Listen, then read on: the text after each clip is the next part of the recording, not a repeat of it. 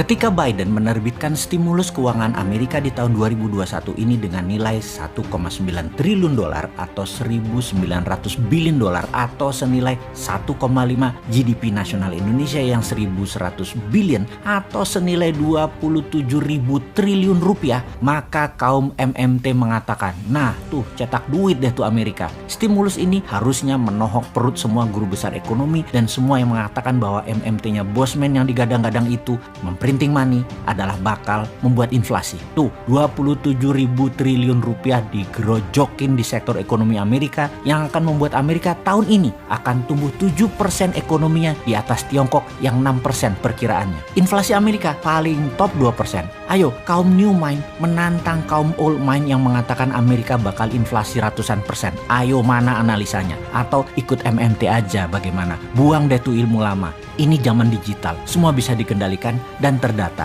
Kita harusnya mulai dari sana, digitalisasi ekonomi. Kembali ke growth Amerika 7% tahun ini. Ingat 7% dari GDP per kapita Amerika yang 56.000 dolar itu loh ya, bukan 7% dari GDP per kapita negara seperti Indonesia yang hanya 4.100 dolar. Bayangkan tumbuh 7% dari 56.000 dolar adalah 3.900-an dolar naiknya, sama dengan GDP per kapita Indonesia naiknya. Kalau Indonesia naiknya segitu, hampir 100%, itu baru bernegara namanya. Tahun lalu Indonesia itu minus 2%, tahun 2021 ini diperkirakan naik 4% plus. Namun saya mungkin memprediksi 3%-an kayaknya realistiknya.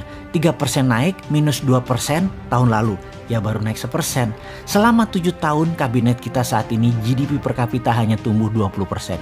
Bandingkan dengan Narendra Modi punya kabinet di India, bandingkan dengan Duterte Filipina, bandingkan dengan Vietnam deh, periodenya sama, naik semua. Dan terbukti 60%-an 3 negara itu naiknya, bukan 20 alias 3 kali Indonesia. Alamnya kaya Indonesia, letak geografisnya strategis Indonesia. Semuanya terkena imbas globalis COVID, tapi kok beda tumbuhnya?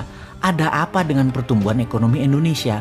Masalah mendasar kalau rakyat perutnya lapar, tingginya pengangguran dan sulitnya menciptakan usaha, negara harus bertindak tepat. Bener deh, masalah mendasar karena piring di meja makan banyak warga yang kosong membuat otak sulit berpikir positif.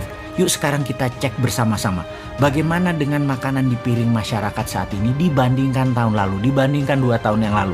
Lebih banyak isinya mana? Lebih banyak yang instan-instan atau bon hutangan di warteg sebelah udah lunas atau nambah besar? Itu aja kita cek. Tantangan ini harus kita selesaikan dengan pemahaman dan strategi baru. Atau tepatnya beda mindsetnya. Caranya bagaimana? Yang paling sederhana adalah ya sudah, pakai yang old mind dulu juga gak apa-apa. Tapi ada syaratnya. Syaratnya mereka harus satu tim. Lebih baik lagi tentunya satu tim itu adalah mindsetnya new mind, pendukung MMT. Saat ini kita semua setuju untuk menyelesaikan berbagai masalah di tanah air. Strateginya adalah vergader, verbod, seperti yang telah kita sampaikan dalam video sebelum ini. Tujuannya sentralisasi kekuatan dan gebuk yang tidak kooperatif. Sentralisasi kekuatan dan menjadi otoritarian bagi saya tidak jelek-jelek amat. Erdogan juga begitu, Xi Jinping juga begitu, Lee Kuan Yew juga begitu. Saya setuju, oke.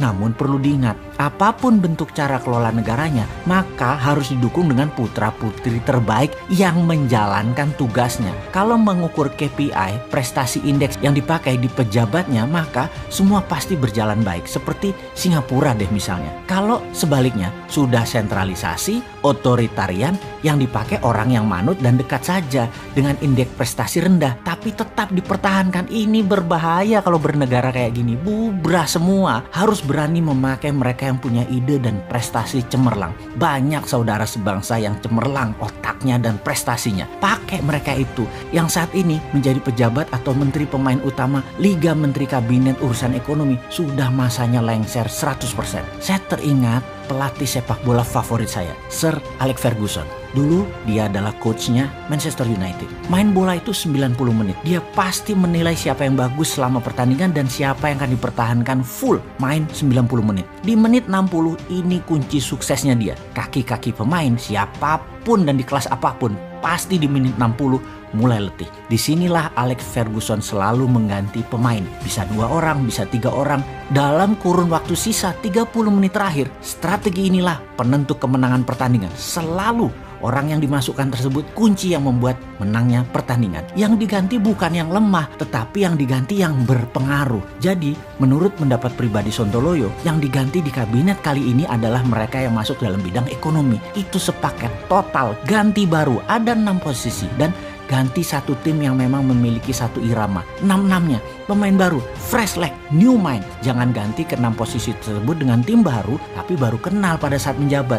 Kalau begitu chemistry-nya lama terbentuk. Ada kok mereka itu sudah siap di pinggir lapangan sepaket 6-6-nya. Lalu bagaimana kalau 6 orang pejabat itu yang mantan ya, nanti pas digantikan mereka jadi mantan, adalah orang yang paling banyak memberi sumbangan pada posisi kemenangan jabatan kemarin. Mereka nantinya bisa ngamuk. Gampang, selama permennya ada, bagiannya ada, peluangnya ada, diberikan tetap kepada mereka sama seperti ketika mereka menjabat jabatan politik tersebut. Mereka akan tetap senang kok. Ingat loh ya, pejabat yang diganti itu mereka bukan kalah atau salah. Mereka digantikan juga bukan digantikan oleh orang yang lebih baik dari mereka. Mereka digantikan oleh orang yang lebih cocok dalam keadaan situasi saat ini. Bukan lebih baik, sekali lagi maaf ya, lebih cocok. Mereka berenam itu lebih cocok memang untuk membangun kemenangan. Itu memang talenta mereka. Letakkan di sana lagi, namun permennya yang sama ketika jabatan politik mereka punya. Happy deh semua pihak termasuk rakyat. Karena ekonominya tumbuh beneran 7% dalam 3 tahun ke depan ini per tahunnya. Gitu aja kok repot sih.